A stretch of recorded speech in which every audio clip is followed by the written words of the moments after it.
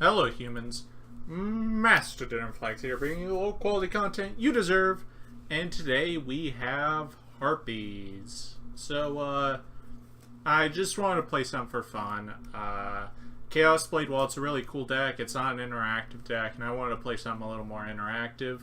So I decided to play this. Now, something you're going to notice is there aren't any hand traps in here, and that's basically because, the thing about hand traps is they're only good if you can capitalize on hurting your opponent's turn, which Harpies cannot, and hand traps themselves don't contribute anything to your deck. So because of that, I really wanted to just play a deck that just could break a board rather than, oh, hope my opponent doesn't make a board. That wasn't happening, because it's honestly the way hand traps have become. You're either playing like 9 or 12 of them, or like then there's no reason to play any of them. And I'm not gonna fill that many slots in my deck just for cards I don't actually want to play.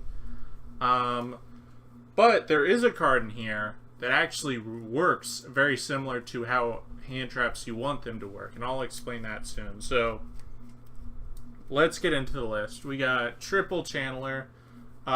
It's the Summoner Monk of the deck. Discard a Harpie card, special summon a Harpie from your deck in defense. And if you control a dragon, it's level 7. When Harpie's Pet Dragon was in the deck, that was super relevant, but I don't play that anymore because it's literally just a Garnet. Really, really bad one too. So, yeah, Triple Channeler. Triple Dancer has fantastic synergy with Divine Wind of Mist Valley, but it also has synergy with Hunting Ground, where it just becomes a Twin Twister on your opponent, so that's pretty cool. Searchable, it's pretty cool. It's kind of like the stats are really low, which in theory doesn't matter too much, but like this deck has a lot of OTK potential, but this body is really, really low, so you gotta kind of manage how many cards you keep in your graveyard. Triple Harpist. The first effect to bounce literally never comes up, because any time where you'd want to use that effect, you can go in your extra deck and use a more powerful effect with the rank 4 you make than actually using Harpist. But the second effect to float into another Harpie is very powerful. So it searches these 3 right here. So that's pretty cool. And then we got Triple Queen. It could either search out the field spell, but it's actually just the largest body for OTKs. Yeah, it's pretty cool. It's literally just like with Hunting Ground. It's an MST Cyber Dragon, so that's pretty neat. And the reason I'm saying all these relevant like attack stats, like in theory that's not relevant anymore, but I'm playing a lot of trap cards. So it's actually very relevant. And my opponent can't play trap cards against my trap cards because I obviously have Hunting Ground, so it's really cool. It's a really cool resource management deck, because like if they want to go into a slow grind game with their traps, you just pop them, but your traps are all fine and dandy because no one's really playing back row removal right now. So that's neat. And then we got Triple Harpie Lady 1. So I think honestly I think all 3 of these slots are better than Cyber Harpie Lady, just because it's searchable through Harpist, and it actually does something. Like, even though it's like a 1300 with a very, very mediocre boost, the fact that it has that boost, several OTKs have been based on just that minute boost. And then when you're throwing like multiples on the field, or if you have Blade Fly, or I should say Great Fly, on the field, your monsters are so big and strong, and yeah, that's pretty cool. And like the thing about Cyber Harpie Lady is she is literally a normal monster that's treated as an effect monster. It's worthless. So yeah, triple of this. Triple Hysteric Sign. When you activate it, you can search Egotist, which half the time I do, the other half the time I set it and destroy it myself with Hunting Ground just to go get 3 searches. So that's pretty cool.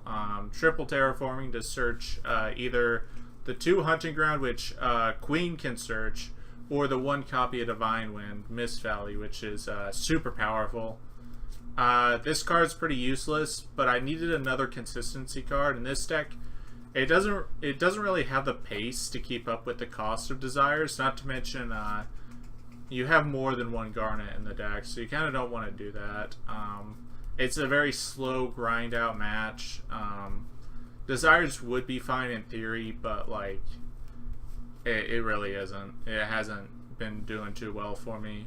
And the Egotist is like you kind of want to activate it because it's just a simple +1 for an EC rank 4.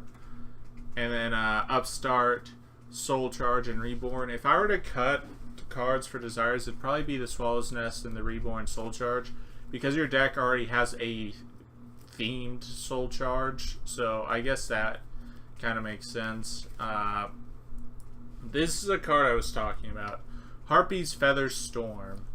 If you control a winged beast, you cold wave your opponent's monster effects that turn. And if you control a Harpie monster, you can activate it from your hand. So, to give you an idea, not only can this be used... your opponent's built a board with negation. Alright. I go normal channeler, active effect. They try to negate Feather Storm, they're not interrupting me for the rest of the turn. And then I can just break apart their board. I activate Channeler and they Ash Blossom. Activate Feather Storm, they're not hand trapping me for the rest of the turn. It's an offensive, defensive super card. This card is incredible. I can't believe that this archetype has a card of this magnitude. It's actually insane. It has a final effect, but it's not usable in the TCG because it searches Feather Duster. Triple Hysteric Party. You activate it by discarding a card, which can actually trigger this, which is pretty cool. And then you just special summon every Harpie Lady in your graveyard. And if you didn't know, every single one of these is Harpie Lady in the graveyard. So that's pretty cool. Icarus Attack. I'm playing 4 copies with this. This one, it doesn't need... It can actually tribute your extra deck monsters, which is nice. But it's a little weaker than... Icarus Attack, but I suppose it's fine. I just needed more than 3, and this seemed like a good choice. And Order. I don't know how I feel about it, but I really like Order in decks, in rank 4 decks that can make Tornado Dragon, because it just means you can turn it off whenever you want to. So that was the theory behind it, but it's been kind of iffy actually. Side deck doesn't actually matter. I just sided things for going second.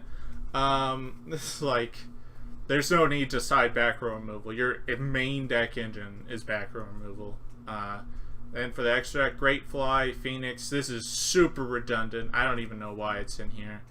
Unicorn, that makes sense. Borreload, absolutely. Double Shidori, fantastic. It's a you go -1 to XD summon, of course. Then it pays for itself by spinning a set, and then it goes +1 by putting something back on top of the deck. And if you're like spinning back Floodgates, that just sets them back not 1 turn, but 2 turns, because they're drawing a trap card. Zero Fine. Now this is interesting, because if they make any kind of... So that play I was mentioning earlier, where they set up a board, and you go Channeler, they try to negate, and you Feather Storm. Then you go into Zero Fine with your Channeler, and then you negate all their unactivating effects that Featherstorm can't, like the Nightmares, and you just punch over their board. It's so good. I've done that so many times and won so many games from it. It's really incredible. 1 Tornado Dragon. In theory, it's a lot of redundancy, but I actually use this a lot to hit my own cards, like Order or Hysteric Sign. That's what I do mostly with it. But if like you can't get to Featherstorm, you can always just hit some more back row. Castel, it's a winged beast, so it actually lets you trigger Featherstorm, so that's pretty cool. Phantasmal Dragon, it's just a Nightmare Shark that can live for more than 1 turn, because your opponent can't target it, and they can't target it for attacks, or any Harpies for attacks. So it's like a Nightmare Shark that they have to like have Regeki or some kind of untargeting removal to get rid of it. And if they don't, you can just Nightmare Shark for 4k and just win the game. But Guska, obvious, Dweller, pretty good, and the Utopia package. So yeah, that's about it. Thank you all for watching. Hopefully you enjoyed this video. And yeah, that's about it. Thank you for watching. And remember, Master DinnerFlax will take your soul.